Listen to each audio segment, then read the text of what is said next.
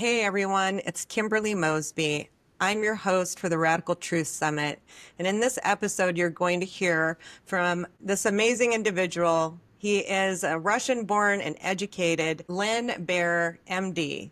He's a retired physician who spent the last 30 years in the pharmaceutical and research positions in the US.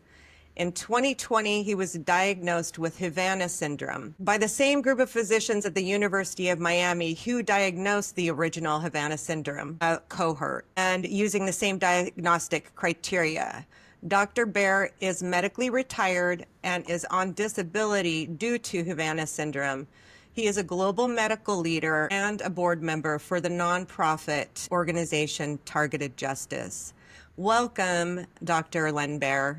I'm happy to have you here. I'm so happy to be with you, Kimberly. Thank you for inviting me. Absolutely. Yes, Havana Syndrome has been in the news. It was on the May 8th, 2024 hearing between the Department of Justice and the National Security Administration. And I know you have talked a little bit about that. So they're recognizing it. So I would like you to explain what is Havana Syndrome and what isn't Havana Syndrome. That's a great question. There's still about a lot of misconception about what Havana syndrome is. First of all, we have to set the stage that Havana syndrome is a part of cognitive warfare.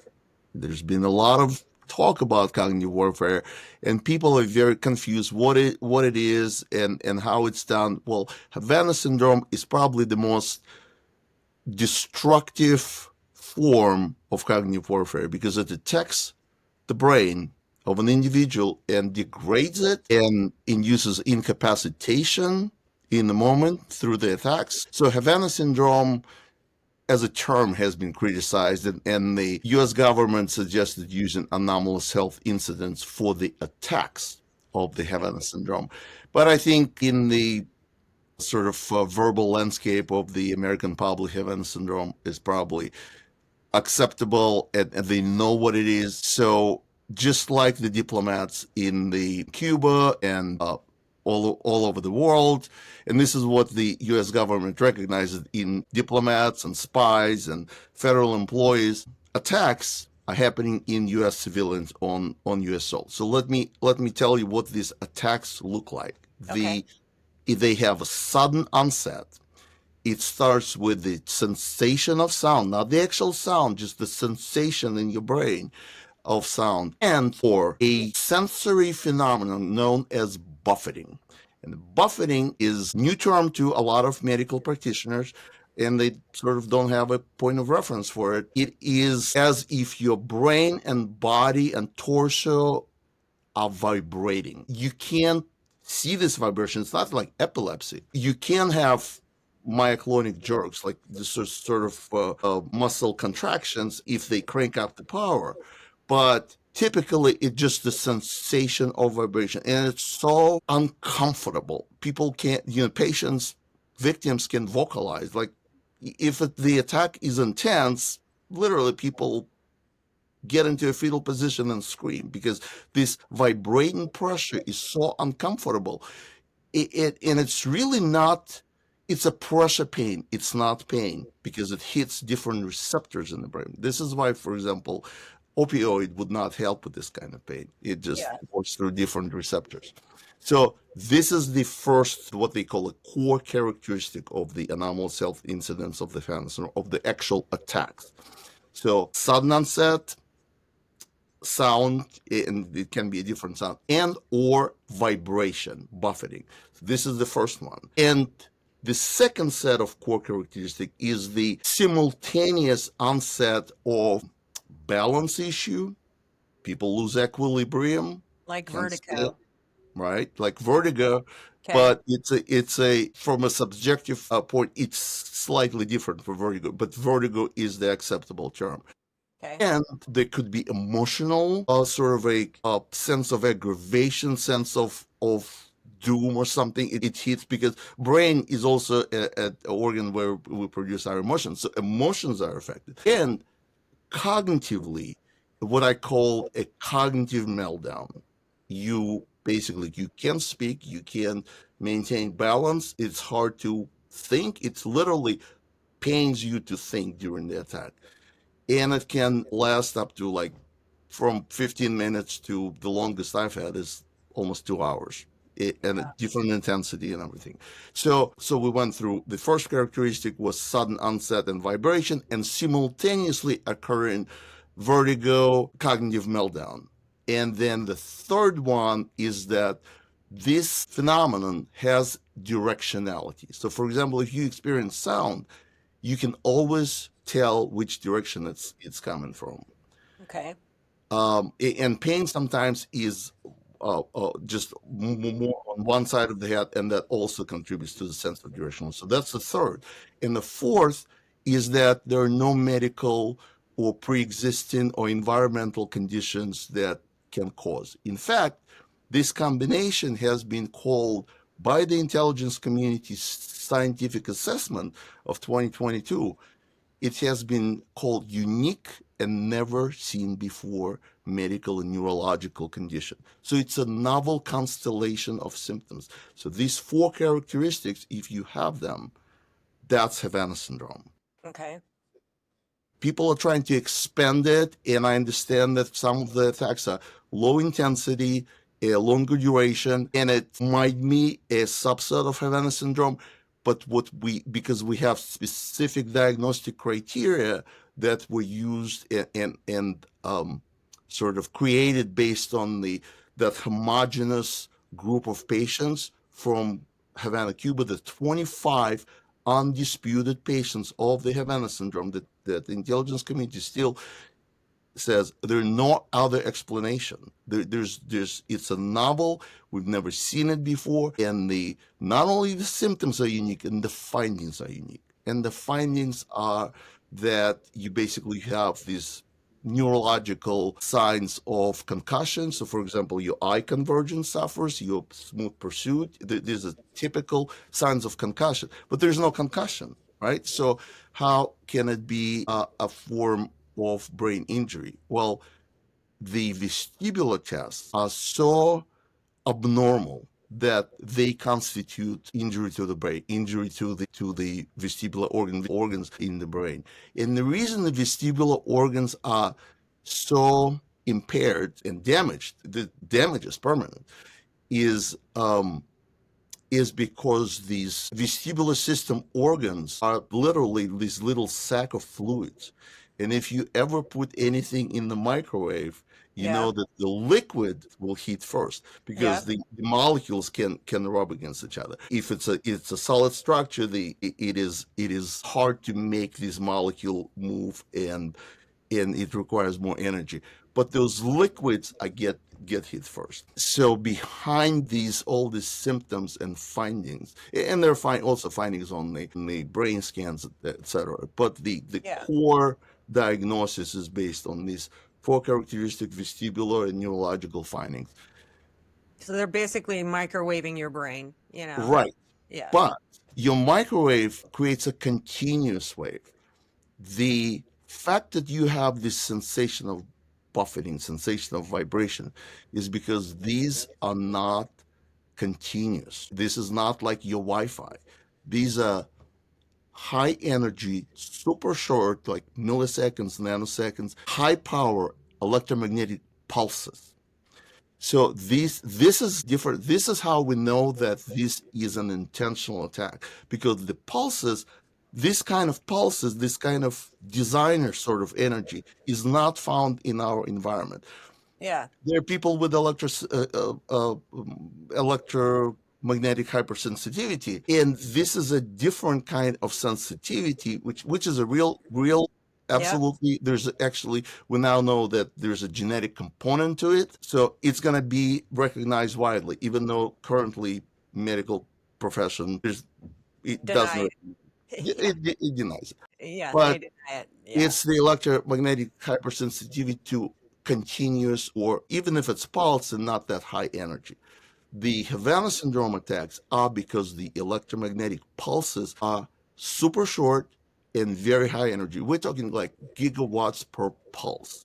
Yeah. It's enormous amount of energy. And people even ask, like, can we tolerate it? Well, the misconception is because these electromagnetic pulses can also damage electronics. But the brain is a dynamic, semi-liquid a colloidal structure, and we have actually resistance. We have this ability to absorb this energy, but these short pulses create these thermomechanical waves throughout the brain. The exogenous pulses make brain energy synchronized.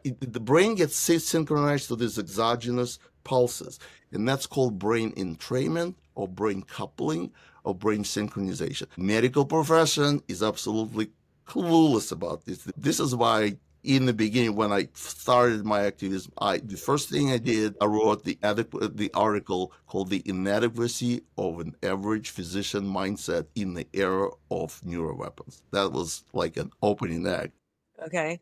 And how long ago was that you wrote Oh, that? that was in, I want to say 20, after I was diagnosed, 2020 or 2021, something like that. Yeah.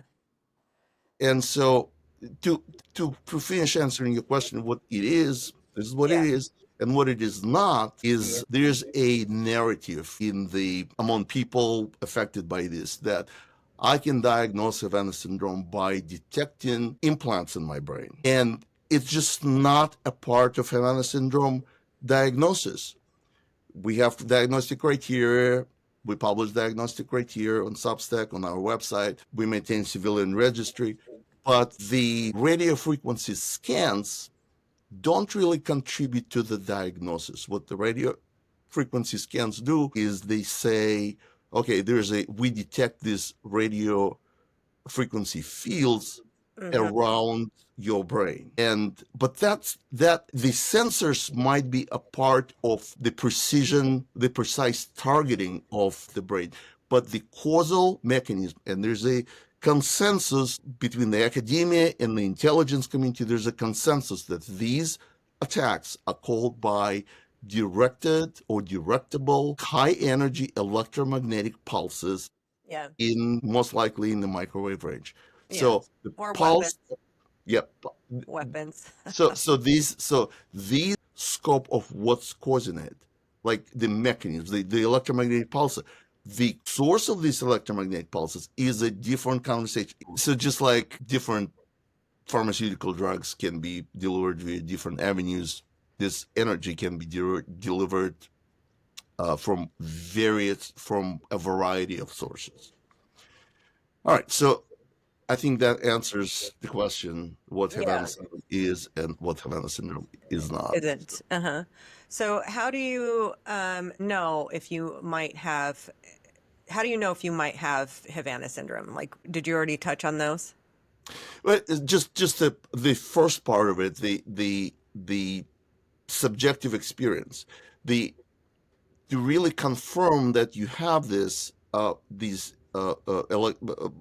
brain damage, basically traumatic brain injury, which is Mhm. called non-kinetic brain injury, because Okay. when you go to a doctor, and most of the neurologists are very familiar with the with concussion, air blast in military medicine a lot of time, but they don't really recognize or familiar with the traumatic brain injury due to non-kinetic form of energy. There's no hard hit, there's no Yeah. air blast, but there's energy going through the brain and use damage. So concussion would be a kinetic form of traumatic brain injury, and non-kinetic would be due to electromagnetic pulses. Okay. So it's the first challenge you have to overcome when you talk to a doctor. This whole aspect of patient doctor relationship in this area of Havana syndrome is really important. It's really important how you approach a doctor. Correct. You can't tell them, oh, I want you to diagnose me with Havana syndrome. I want you to diagnose me with the effect of electromagnetic pulse directed energy weapons. Your doctor is not a weapons specialist.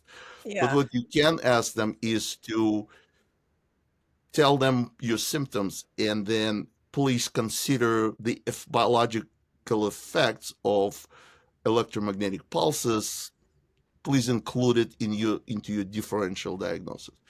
Okay, So that's good you advice. might Yeah. okay, so for people out there, if those four characteristics that I listed, you think you have it, you should go to a people usually start with a general practitioner, but ultimately because the vestibular tests are so important, you go to a neurologist specializing in dizziness. So like a dizzy doc. They also call otoneurologist or neurotologist. Okay. And of course, the best one who actually has clinical experience with the Havana cohort would be Dr. Hoffer at the University of Miami. And that's Okay. the doctor who wrote the diagnostic criteria, the article about the diagnostic criteria. And this is the doctor who I had the privilege of being diagnosed by. Okay. Okay. Perfect. So, how do you know, is Havana syndrome the same as being a targeted individual? No, we have a civilian registry. We started in August 2024, and people thought that this is a registry for target individuals. I got a lot of emails, but Yeah. it is a registry for diagnosed Havana syndrome patients. There are a lot of them. And the first report that we issued, we sent into every government organization that can help with the recognition of civilian victims. Targeted individuals is a socio um, economical even term. It's a target individuals are subject to advanced neurological surveillance Yep. and surveillance in general, all kind of economic Hardships. challenges and defamation. The defamation campaign is real. Yep. Individuals know all about it. And then electromagnetic weapons are being used against them. And there's not a single way to apply electromagnetic weapons. And the most destructive, the most degrading form is the Havana syndrome when you have these attacks of high energy pulses. They produce specific damage in the brain, and that can be diagnosed. And that constitutes a form of non-kinetic traumatic brain injury. So I think that it's because they that's want to silence you, though. I think it's because they want to silence people. it's very conceivable. I mean, I know that I've been attacked in real time when I start talking, for example, about the CIA involvement in the clinical research on Havana syndrome, how they meddle with it. CNN reported on it. NIH halted the research, but never really retracted it, and that's a shame because basically they allowed CIA to coerce patients into that. There are two publications that came out in 2024. And when the publications came out and said, well, we don't find a sign of um, traumatic brain injury in these patients versus control, a lot of voices who are expert in this area came out with article. Dr. Giordana, Professor Giordana, Professor Relman, who was a part of the main investigator in the National Academy of Sciences report, late Robert McCrae, who passed away last year. So they came, and yours truly, we all came out with this criticism of this publication, these publications, methodological just inconsistencies. Right. And that was before we knew about the coercion. So the papers were published in 2020 in I want to say March or May of 2024. And in August, September, we learned that the NIH halted the study, and they said, we now realize that CIA coerced the patients, and that skewed the results. And that's just unacceptable. Yeah. And these are the recent study that are actually being cited in the most recent intelligence report. But we have to do something about it. Absolutely. This is a manipulation of clinical data.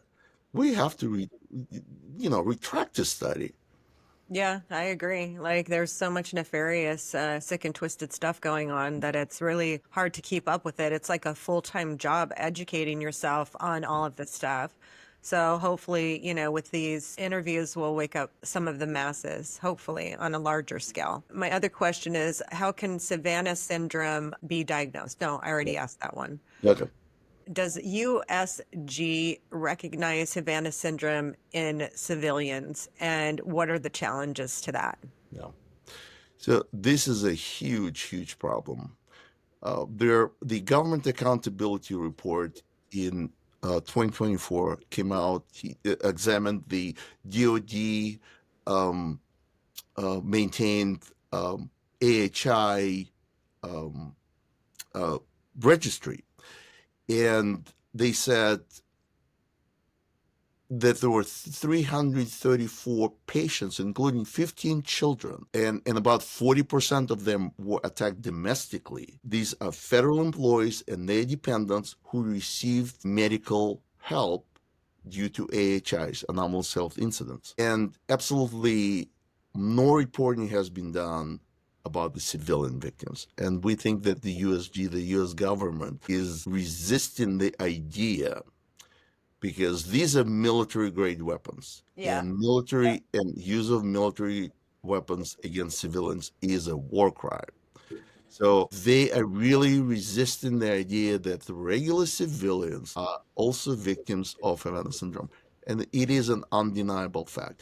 This is the reason why we started the civilian registry. This is the reason we published the results in January of this year. And we're knocking on the door of every government agency, every U.S. Senate and House committee member on security and DHS, and you already mentioned the hearing that occurred in May of 2024, at which, by the way, Representative Goldman from New York asked that specific question that the registry is now answering. He asked it almost verbatim. Are there any civilians who are not federal employees and not their dependents Yeah. who are victims of Havana syndrome? And the witnesses present at that hearing could not really answer because they said, well, I can't answer that question because I only work with federal employees. Well, who is working with non-federal employees? Yeah. And that's really the only organization that I belong to, a global medical leader and a board member for Targeted Justice. It's a nonprofit 501c3 civil rights organization. Yep. We have 21,000 subscribers to our Substack. And this is the initiative that we started in last year, and the results are now being distributed to everybody who wants to listen.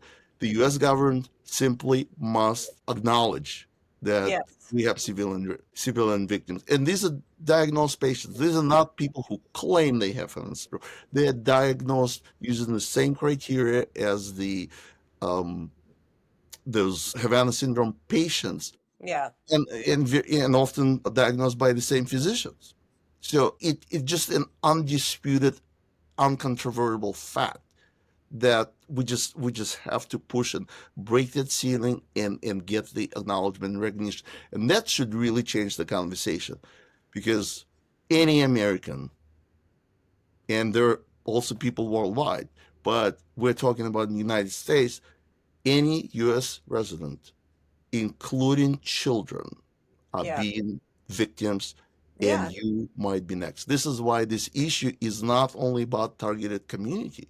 It's about every American who Awareness. doesn't want their brain degraded, their children. This has dire developmental consequences. So this is not, I mean, this is weird, and I am laser focused on that goal. The goal is to make U.S. government recognize civilian victims of Havana syndrome and start tracking them. Where's the CDC? Start analyzing them. Where's the FBI? And start mitigating them. We all need help. Yes. I'm Yeah. still getting these attacks every day. I just had one 2 hours ago. So if they are the government, until the government starts acknowledging this, if listeners have been diagnosed with the Havana syndrome, they can go to civilian registry, is it .com, and put in their information, or how do they because you want as much information about people diagnosed with Havana syndrome as you can get, right? Right. So it's an email, civilian registry, one word, at protonmail.com. Okay. send your inquiry. I will send you a link to diagnostic guidance, which is also available on my Substack, lenbermd.substack.com. And if you're already diagnosed, there are a lot of people who are already diagnosed, but just have some kind of hesitancy to really come out because there's a fear of government persecution, and Correct. But I this feel is like there's not enough manpower. If more people start coming forward, like us as I'm a targeted survivor, start coming forward and telling their stories, they won't have enough manpower to silence us. Because then we're coming together as a community and not being cowards. Because ultimately, this kind of direct energy weaponry is ran by a bunch of cowardly individuals because they're hiding behind what they're doing and not showing their faces. And yeah, so I think they're a bunch of cowards, in my opinion. yeah. Yeah. There's definitely, I mean, just the idea of torturing somebody day in and day out, and it's been institutionalized, and it's like a psychopathy at the organizational level. This is really uh, um, a very disturbing phenomenon. And as far as the weapons themselves, people think of a directed energy weapon as a ray gun or just some kind of setup. Yeah. The reality of today's technology is that these are directed energy weapon systems. And if you want to go to the congressional page, congress.gov, we have in 2016 that act of acquisition of directed energy weapon system. Yeah. It was passed. It was sent to the U.S. Armed Forces Committee for execution. But there's a definition what this directed energy weapon system are. And it says it's military action using electromagnetic beam to destroy and destruct equipment and personnel. Yep. So you think that once again, I already mentioned that this misconception that you Yeah. can, fry electronics, attack drones, for example. That's done by these directed energy, also called electromagnetic weapons. And guess who has the most of these directed energy weapons? It's the Delta 3 division of the U.S. Space Force.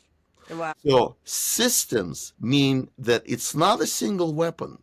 There's a technology called advanced beam integration or something like that. So you can have multiple sources of directed energy. They can meet at the point. So when you combine beams, there's a effect called heterodyning, and it allows for much more advanced beam distribution, and it can also be precise. And so we have distributed sensors that can sense you where you are, and we have distributed weapons. They beam these electromagnetic beams, and they reach the target, which is your brain. These are the systems. So the ray gun is an outdated technology, and this is what came up actually during that hearing.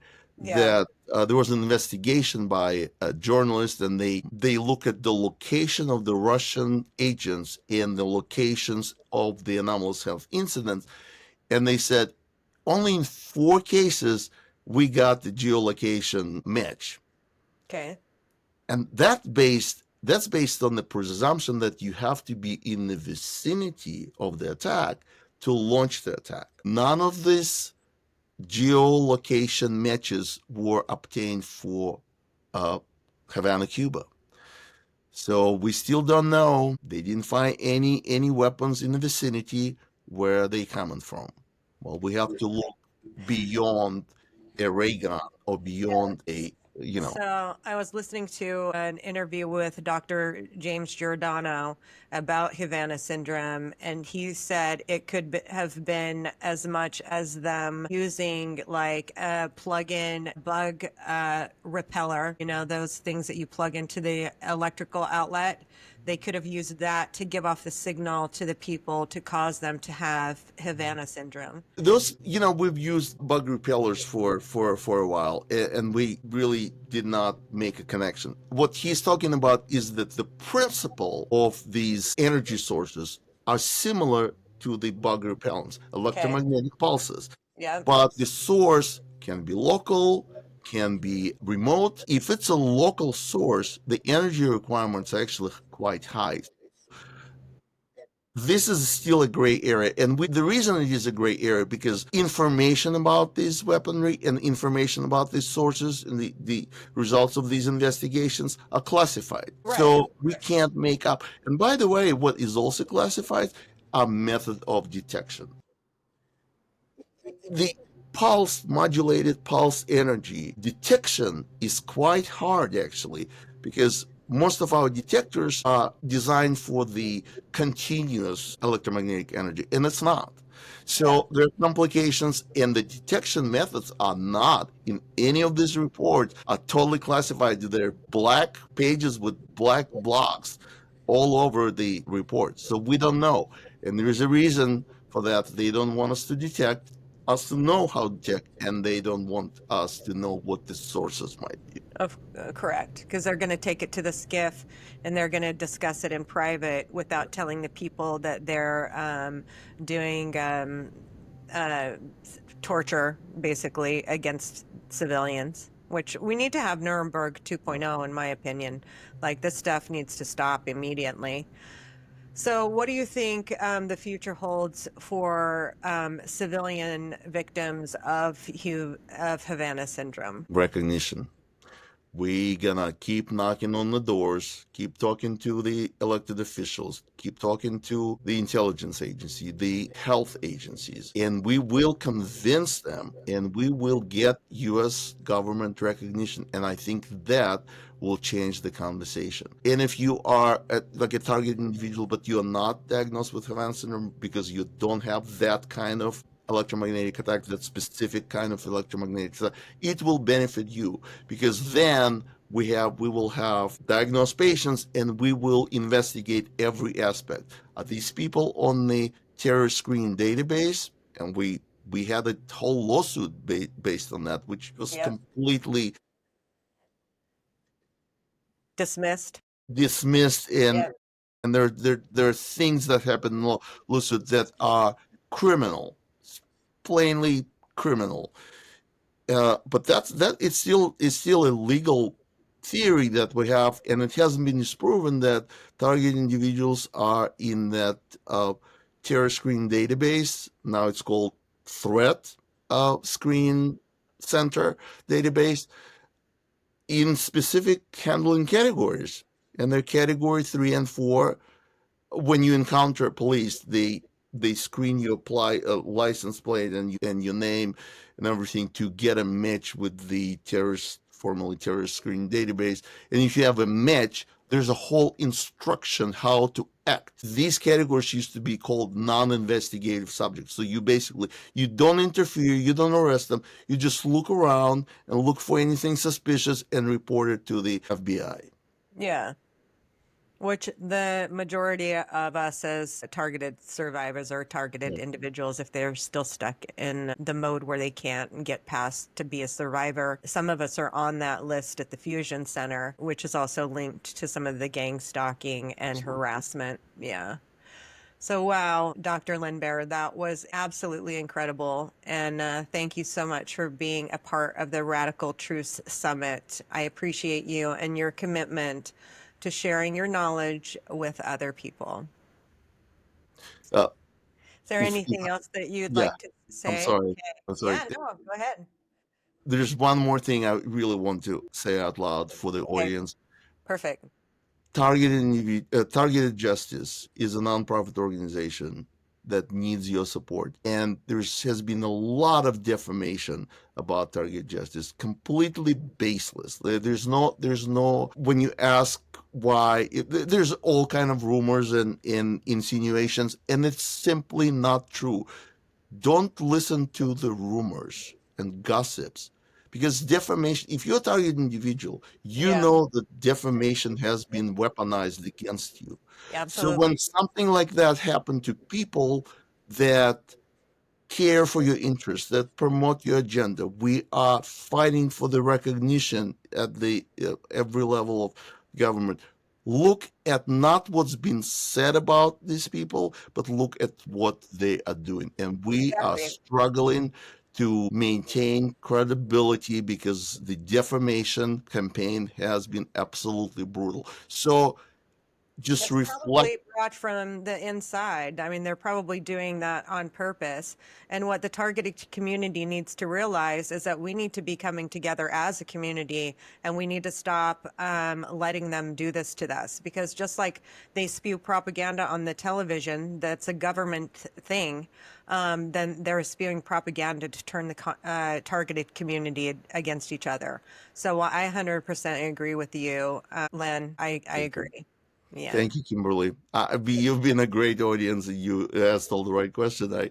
I'm really, the reason I'm focusing on Havana Syndrome is because this is my personal commitment to get the recognition. And I want everybody to know what Havana Syndrome is, how it Okay. can be diagnosed, why you might be a victim. Mhm. If you're a victim of these attacks, there's no question. When I went to Miami with my symptoms and I learned the diagnosis criteria, I was 90% sure that that would be the diagnosis and that it was the diagnosis. Yeah. So there is certainty in having a diagnosis. And imagine your family, your relatives, your loved ones who are really ignoring you and denying you the social support. Yep. Just imagine if you have a diagnosis that changes your entire social support structure, and it's so important because targeting, a part of targeting program is isolating the target. That's correct. Thank you. Yeah, thank you. And those for you viewers that are watching this, remember this video will only be available for a limited time. So if you haven't upgraded to the VIP status yet, I urge you to do that. You'll have access to this interview on demand at your convenience. And as always, stay strong. We've got this, hopefully. Thank you, Dr. Len Ber. It was a pleasure.